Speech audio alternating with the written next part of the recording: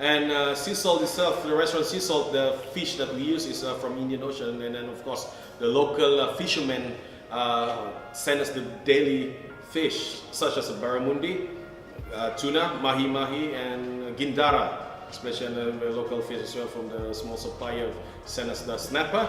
And of course with this fish combines a very good dimension that you guys should try. We don't use imported fish, but just only for, we use this fish that only the local fishermen supplies us to support. The very important is to support the local fishermen.